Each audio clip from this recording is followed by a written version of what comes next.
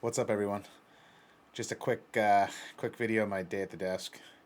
I had a not the best sleep last night. Miles is teething. He was up all night, so Hillary and I just, neither of us got a good night's rest. And this morning, I had slept until around 5:30, which is 8:30 Eastern time. And as I was laying in bed, I was saying to myself, coming up with excuses why I shouldn't trade, why I shouldn't do this. And after a few moments, I realized that I did get rest and I felt okay. And what am I doing? Like, let's just get my morning routine going. I'll get to the desk when I get to the desk and we'll have a look and see what's going on and just go from there. And just kind of, there was this fear of trading that was just lingering that I wanted to shed. And it kind of dawned on me at the moment that I think these last couple weeks I've been living in the state of fear. Just fear of losing the trades and losing the accounts and everything. And I just got to let go of that. And I got to remember, I got to stick to my process. I got to stay disciplined. And it will work out. I will survive. I got to get through the learning curve. So I came to the desk with a fresh mind. And I got to the desk at around 10 a.m. Eastern time. So, the first 30 minutes of the market has opened. We've had some movement, and yeah, let's just get into the charts and what I saw, and we'll go from there. So, looking at the 15-minute chart here, these are the last few days. We had this, bullish push up, and then price kind of slide back down here, and then yesterday we had this gross price action. Oh, that ranginess was brutal. Like, you can see it just rangy, and yeah, the market couldn't make up its mind. Coming into the overnight, we get a bullish push up. We take the start of day VWAP. And as price pulls back down into the London session here, we get a nice hold of the value area low. Price bounces off of that. We take the point of control. You'll see we get a strong push off of the point of control. And now we're up in the value area high. And this is when I get to the desk. So just from here, looking from London open, looking at basically just after midnight, we get a nice push up. And for me, like I said, unless we took out these levels back here, I'm not looking for short still. So now I'll be looking for longs coming into the market. And this is what I saw when I got to the desk, actually. This is on the 1 minute time frame. So you have market open here, price comes down, opening balance, opening range sets. We form the opening range low. Price pushes basically off of that, takes a New York view up, and we get this push higher. So I missed this whole move.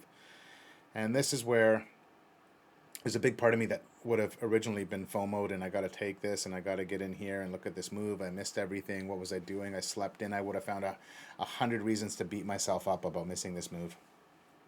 I didn't do that today. I missed the move. I knew I was getting to the desk late. I knew what happened. There was reasons for everything. And yeah, so I was just going to wait for a pullback and get in on a trade if something presented. So getting into the first trade, as you can see, we had this push higher here. We set the initial balance high. Price starts to pull back. Now this is what I've been waiting for, a pullback versus trying to catch this little move, just doing silly things and taking a FOMO trade. We get this pullback. We bounce off the New York VWAP. I enter long here. We chop around this New York VWAP for a minute. We get a push higher. We come back down. So basically, I'm going to call this a break and a retest. And look at this clean hold of the New York VWAP. This is where I enter in 2 more contracts. I'm confident now. If you look at this price structure, it's telling me it wants to come higher. Everything on Bookmap is telling me it wants to come higher. There's orders at 57.10 and a bunch above. So 57.10 is basically high of day. So I'm into this trade now, 4 contracts. I originally got in 2. I added in here. Price structure is telling me this thing wants to go higher. And as we hit, my original TP was high a day. As we hit the original TP, I take half of the trade off and I start to bring my stop up and trail it aggressively. So I did what I needed to do by taking the original amount of the trade off, but I wanted to leave some on because I thought there was some room to go. And look at these bullish bars here. And as you can see, price pushes higher, pushes higher. Here we take orders at, I believe there was orders at 25, 57.25, but it was 57.20 maybe or something to fill here. And I've been trailing my stop up after each one of these big moves up. If I get stopped out here, I'm fine with it. We get this push up, I move my stop up here. If I get stopped out, I'm fine. And on this last push, what did I do? I moved my stop up here, and look at that. The next pin, next candle comes back on me, stops me out.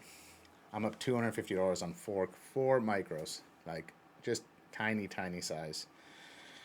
Original trade was two. I added two more, and just this is a textbook long trade for me. This is my setup.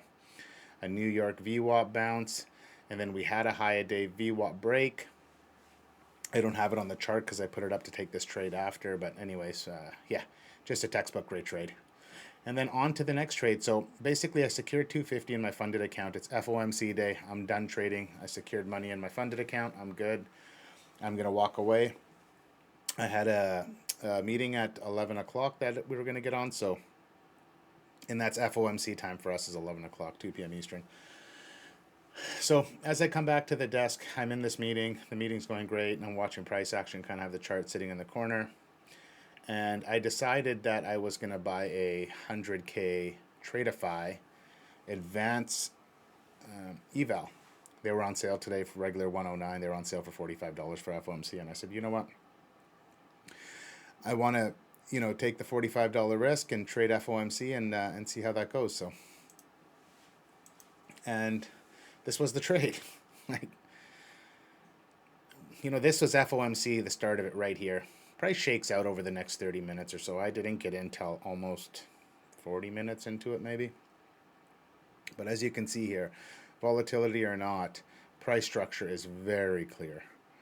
We take the New York VWAP break. We take the high a day VWAP. We come and chop around the initial balance. We pull back to the New York. Nice clean bounce off the New York.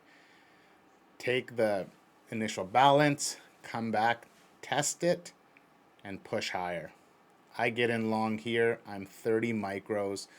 With the evals, I'm being super aggressive. I want to pass this thing. It's going to cost me quite a bit of drawdown to let this go to full stop, but I wouldn't take full loss. I would probably cut the trade here somewhere, but this is the whole point of an eval for me, and especially at $45. This is where the risk is worth the reward. And clearly, there's no looking back. We get up here. I closed the trade for $59.90 or $85, like $15 or $40 short or something, by time price pulled back on me. So I had to get back in quickly and just do a quick scalp for another $45. And yeah, basically one and done. It's the first time I think in my trading career that I've had one trade and pass an eval in it. And this could have went any which way on me. I was trading volatility as FOMC. It's something I don't normally trade, and I don't plan on trading funded accounts or secure accounts during FOMC. But this was, this just worked out, right? And you can always say that it couldn't have worked out, but you know what? This worked out. The price structure, everything was telling me, unless somebody dropped a nuclear bomb here, I couldn't see price pulling back. And even here now, I have a couple lines of defense that are going to tell me, hey, if we're going to get some crazy volatility, look, the sellers tried to step in a few times, and, they got nowhere. The buyers just rolled right over them, and you can see it's just straight up. I'm glad I got out where I was. 57.60 to 57.70 was a large chunk of liquidity sitting there. So I'm glad I got out when I did. I would have probably pulled the trade here anyways, knowing that those orders were going to fill in. Who knows what was going to happen after that. I didn't have Bookmap up. I was focused on some other stuff at the time. So I mentally knew I saw this number earlier in the day when I was trading, and I knew that this number was going to be a key level for me. So yeah, closed it there, passed an eval, 100K, one and done. Coming back and looking at the calendar, that's last week. This is this week. But the theme for me this week is big red, small green, and then hopefully big green. Now, if you look, the $67 loss, this small green, still my wins are 3 to 4 to 5 to 6 times larger than that day. So again, these days are going to happen, and they're going to happen, and that's okay. But you just have to make sure we keep our losses smaller than our winning days. So this is like like the way this week is setting up.